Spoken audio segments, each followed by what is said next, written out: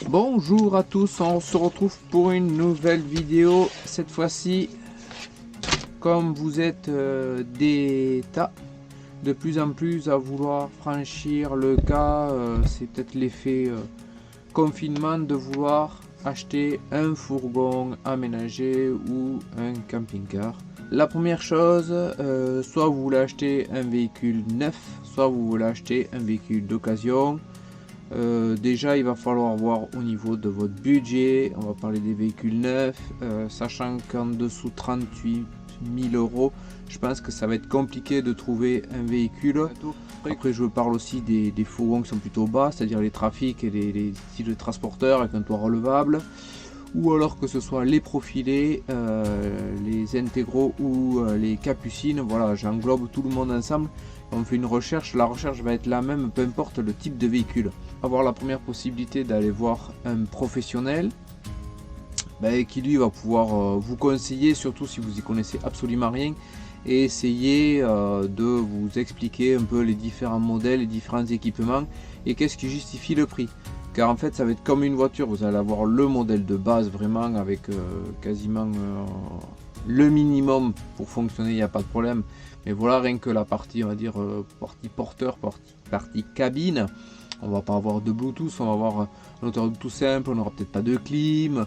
Et donc après, ça c'était, on va dire, la partie porteur déjà, qu'on peut retrouver d'une marque à l'autre, parce que souvent, comme moi, le porteur Fiat, sur mon fourgon, c'est le même qu'on va retrouver dans plein de marques. À chaque fois ils partent sur le même porteur et après c'est un petit peu les aménagements qui changent. Puis ici au début ça va être de voir avec son budget, donc neuf ou occasion, voir qu'est-ce qu'on va trouver. Comme les voitures, il va falloir voir est-ce qu'on a une préférence, si on préfère voir du Fiat, du Peugeot, du Citroën, du Ford ou toute autre marque de motorisation.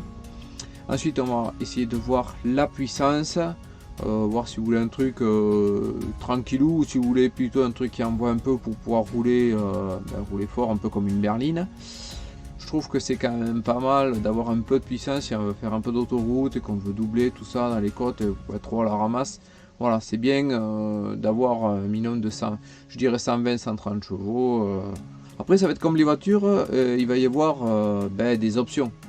Si vous voulez un truc plutôt basique, alors je parle des équipements en fait, il y a des choses qui vont vite faire grimper la note.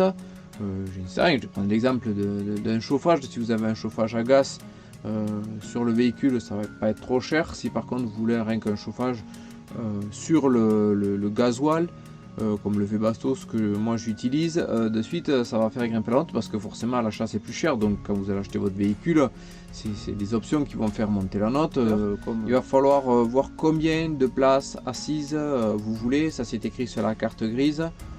Beaucoup de véhicules, il y en a beaucoup qui sont en 2-3 places, surtout chez les fourgons. Après chez les autres modèles, il y a souvent c'est du 4 places. Les véhicules qui vont avoir le plus de places, c'est souvent les capucines, parce que souvent il va y avoir 2 places dans la capucine, 2 places au fond, et des fois les niveaux au niveau de la dinette là où on mange c'est aussi convertible en lit. Mais voilà, ça se renseigner, je pense qu'il y a d'autres à faire attention, parce qu'il y a certains véhicules qui sont marqués par exemple 6 couchages, mais ils sont que 4 places carte grise. Si vous achetiez un véhicule chez un professionnel ou un particulier, il va falloir prendre quelques dispositions, être vigilant. On le voit tous les jours, vous allez sur 30 millions de consommateurs ou les émissions type Julien Courbet où les gens se sont fait avoir. Je connais une histoire où la personne paye un acompte, il paye 30% de son camping-car. Chez un mec qui avait pignon sur rue, qui avait quelques camping-cars, il va voir le modèle exact il n'avait pas, la personne lui dit je voulais dans 3 mois, et puis le temps passe, 3 mois après toujours rien, il fait encore attendre, et puis voilà, et un beau jour il revient voir le vendeur, et en fait le parking était vide parce que le mec avait mis la clé sous la porte tout simplement. Donc être vigilant, c'est pas parce qu'on achètera chez un particulier qu'on sera déçu, ou chez un professionnel, il y a de tout. Si c'est un professionnel, achetez plutôt chez un professionnel qui est installé depuis longtemps, qui peut avoir du recul, où vous pouvez parler avec d'autres personnes. Ça, des fois ça peut aider, et après ben, c'est le ressenti. On peut acheter chez un particulier et sentir que la personne voilà, nous amène des éléments qui font qu'il l'a bien entretenu et qu'il n'y a pas de souci de ce côté-là. On aura un véhicule fiable et on partira avec un véhicule qui n'aura pas de loup ou de vis cachées. Niveau tarif, alors on va bien sûr, une fois qu'on connaît à peu près son modèle et ses équipements, il existe l'Argus. C'est un Argus officiel qui est pour les camping-cars en général. Tout ce qui est sorti, on va dire, de concession, et ce sont des modèles qui sont vendus par des entreprises connues et reconnues. Ça s'appelle l'Argus Esprit des camping-cars, comme pour les voitures. Et là, donc, sur le site, vous allez pouvoir rentrer la marque, le modèle, je crois que c'est l'année, je ne sais plus si c'est le kilométrage et quelques informations comme ça. Et on va réussir à avoir un tarif, ça c'est pour les modèles qu'on trouvera chez les concessionnaires. Par contre, après, quand ça va être des modèles faits par des artisans, ou si vous venez à acheter un fourgon qui a été aménagé par un particulier, là on va pas trouver au niveau de l'Argus. Alors l'idée, ça sera pour trouver une comparaison, de trouver quelque chose qui est vendu donc par des filiales pro, et essayer de se rapprocher au plus, et pour essayer de justifier le tarif. Sachant que selon l'offre et la demande, et je crois qu'on est dans une période où il y a pas mal de demandes au niveau des camping-cars, le prix par rapport à l'Argus a tendance à être supérieur. Les gens vendent plus cher que l'Argus.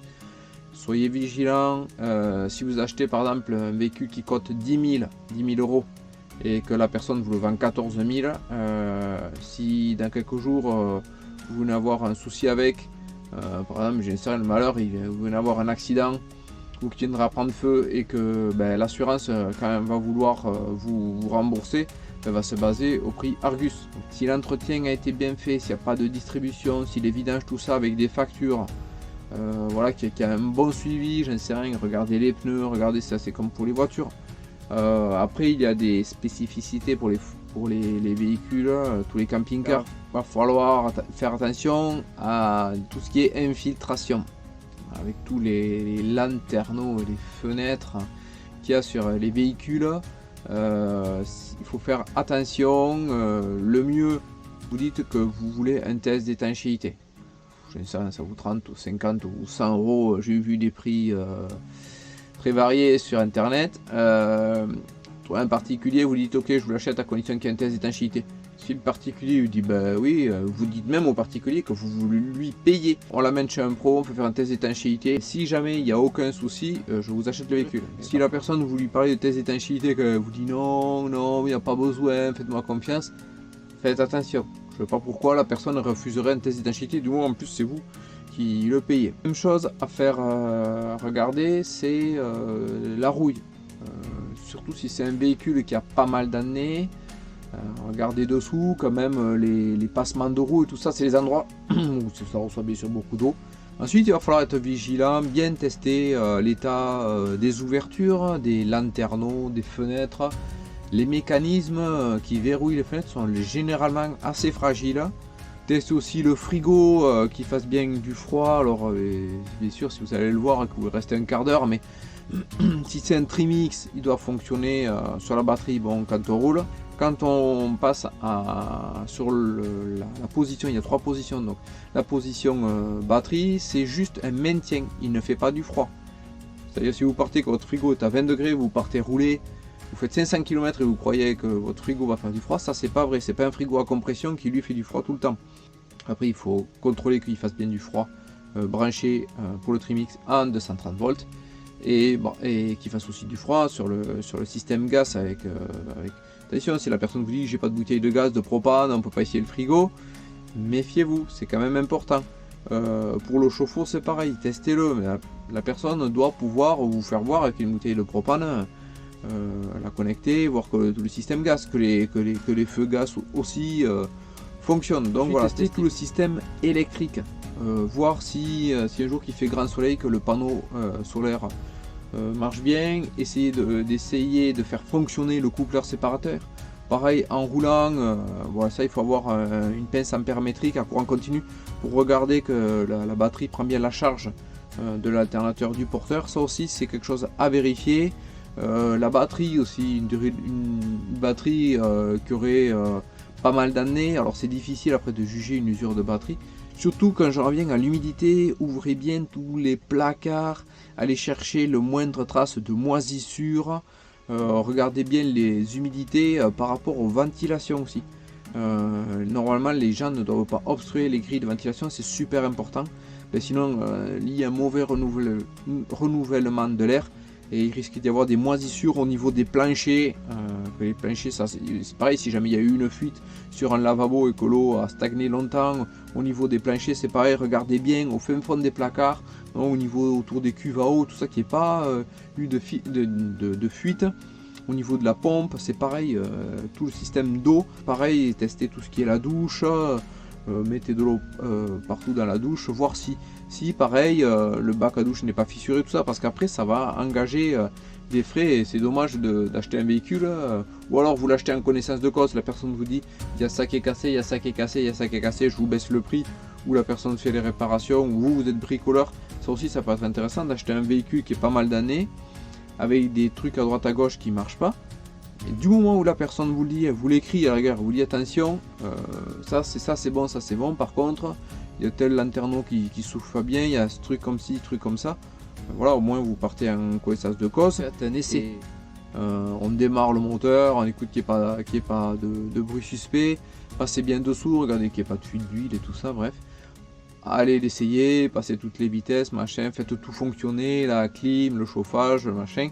Voilà, vraiment pour checker un maximum de choses. Et si vous avez un doute sur le contrôle technique, vous dites à la personne, écoutez, moi je le paye, on prend le véhicule, je vous l'achète à condition que je refasse passer un contrôle technique dans un autre centre. Des fois ça permet d'avoir un deuxième avis.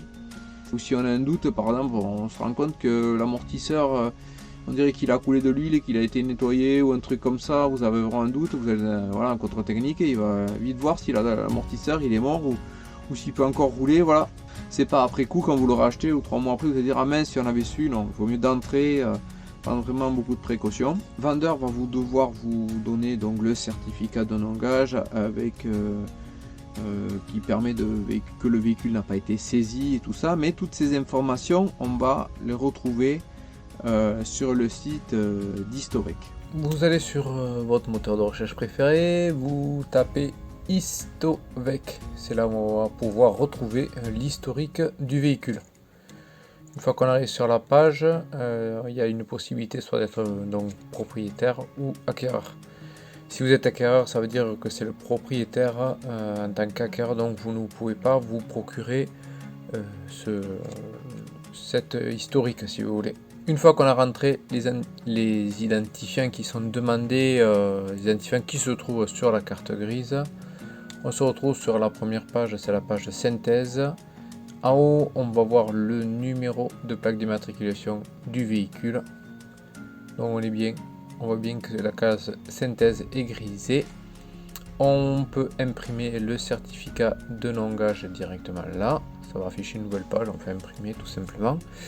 Ensuite, il y a le petit résumé avec le véhicule. Donc là, c'est pour l'exemple, c'est mon fourgon, donc c'est le Fiat Ducato, sa puissance en dessous. Le propriétaire, là, il va y avoir juste la première lettre du prénom et la première lettre du nom, depuis la date. Et vous êtes titulaire du véhicule. Vous êtes et là, c'est le nombre en fait, vous êtes le deuxième, le 10e propriétaire. Voilà. Il y a en dessous la date de la première immatriculation. En dessous, on voit que c'est écrit rien à signaler du point de vue administratif. Il n'y a pas de gage, il n'y a pas de position, pas de vol. Et il est éligible vignette critère 2. Ensuite, on va passer sur la deuxième page en cliquant à gauche sur véhicule. Là, on va récupérer d'autres informations. C'est principalement celles qui sont écrites sur la carte grise.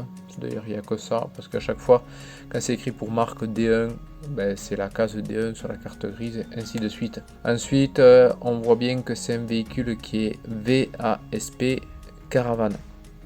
Si jamais c'est un véhicule de société, il sera CTTE. Donc là, bien regarder. Ces informations là c'est quand même très important. Si on vous vend un véhicule qui a été aménagé et qui est, comme vous dit, il est VASP, là on le voit.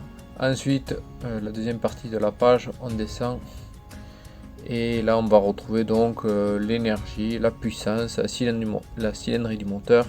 Et important aussi, c'est la case S1 avec écrit place assise. Là aussi c'est pareil, comme je vous disais tout à l'heure. Si jamais la personne vous dit ouais il y a 4 couchages, regardez bien que sur la carte grise il y a bien écrit 4 places, parce que le nombre de couchages n'est pas forcément le même nombre de places assises qui est écrit sur la carte grise. Ensuite on va aller sur l'onglet titulaire et titre.